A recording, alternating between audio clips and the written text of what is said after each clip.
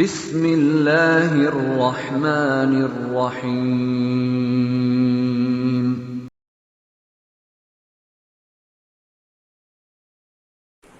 السلام علیکم ورحمۃ اللہ وبرکاتہ۔ بسم اللہ والحمد للہ والصلاة والسلام علی رسول اللہ، اما بعد۔ قال اللہ تعالی یا ایہا الذین آمنوا کتب علیکم الصیام کما کتب علی الذین من قبلکم لعلکم تتقون۔ حضرات، ناظرین کرام، برادران اسلام، آج کے درس کا موضوع ہے کن چیزوں سے روزہ ٹوٹ جاتا ہے۔ آج کے درس میں ایسی چیزوں کا ذکر کیا جا رہا ہے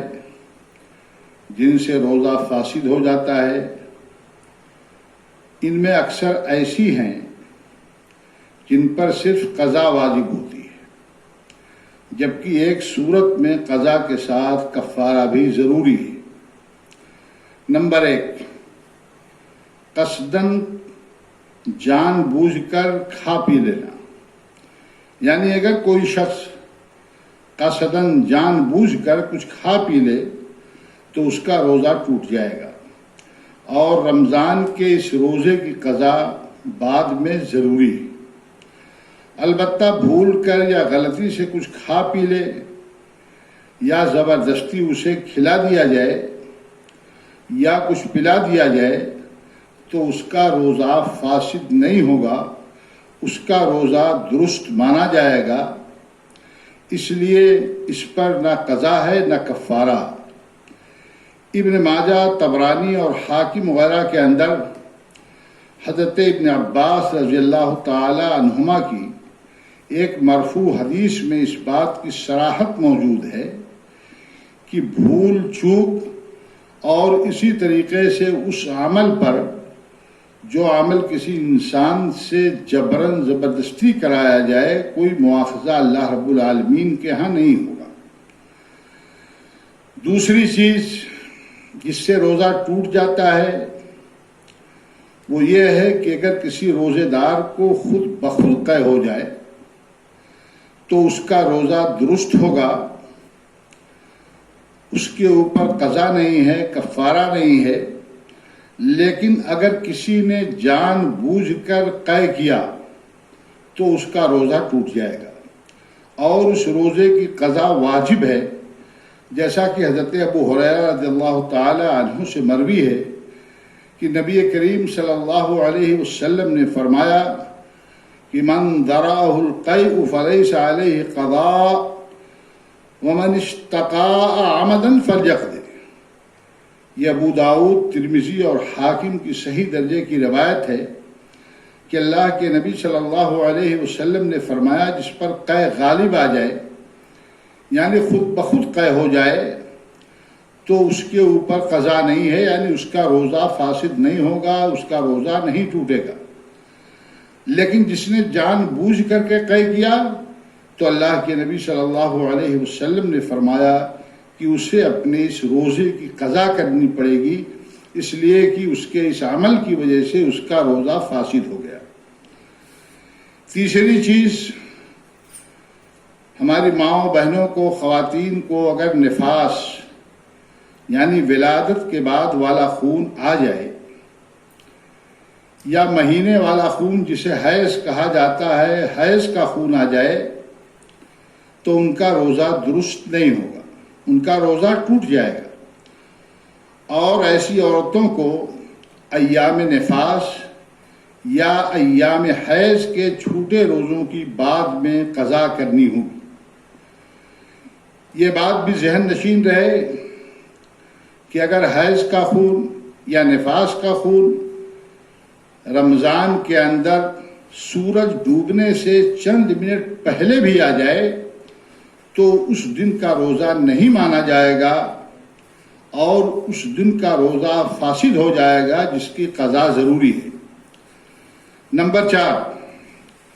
اگر کسی روزے دار نے اپنی شرمگاہ سے بیوی سے جمع کیے بغیر، مباشرت کیے بغیر ہم بستری کیے بغیر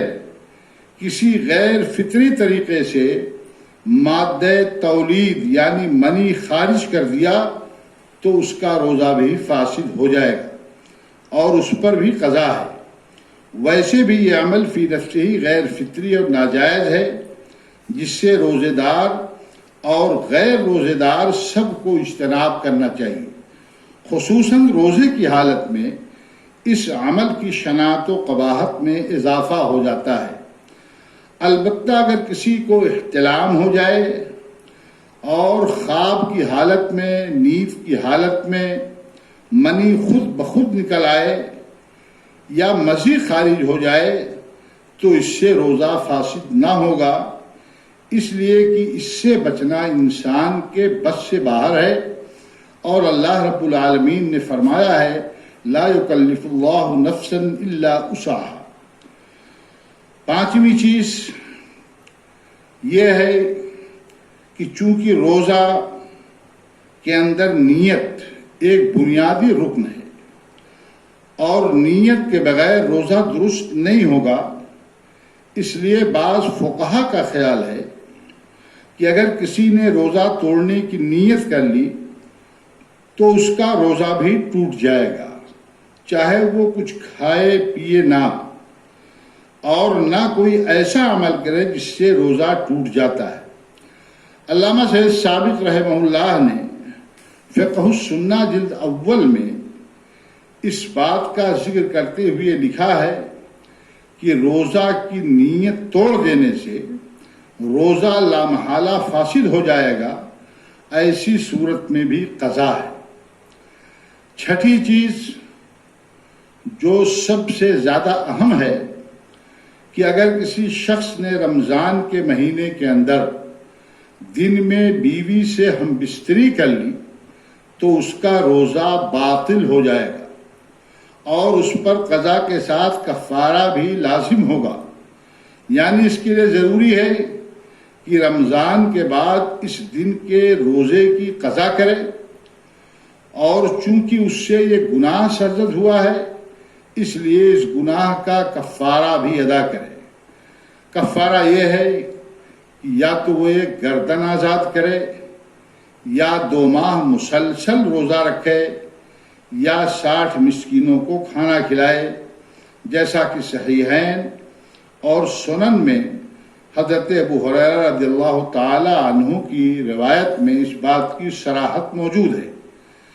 شیخ ابن باز رحمہ اللہ نے اپنے ایک فتوے کے اندر کفارہ کی ان تینوں شکلوں کو ذکر کرنے کے بعد فرمایا ہے کہ اگر کوئی شخص ان کفارات میں سے کوئی کفارہ ادا کرنے کی طاقت نہ رکھے تو حضرت انس رضی اللہ تعالی عنہ سے مروی ایک صحیح حدیث کی روشنی میں اس پر انشاءاللہ کوئی کفارہ نہیں ہوگا، اس کے ذمے صرف قضا ہے، واللہ اعلم۔ واضح رہے کہ اگر اس ہم بستری میں بیوی کی رضامندی بھی شامل ہو اور اس کے ساتھ زبردستی نہ کی گئی ہو تو شوہر کے ساتھ بیوی پر بھی کفارہ لازم ہوگا، اور اگر وہ راضی نہیں تھی اور شوہر نے اس کو ہم بستری پر مجبور کیا ہے تو اس پر کفارہ نہیں ہوگا،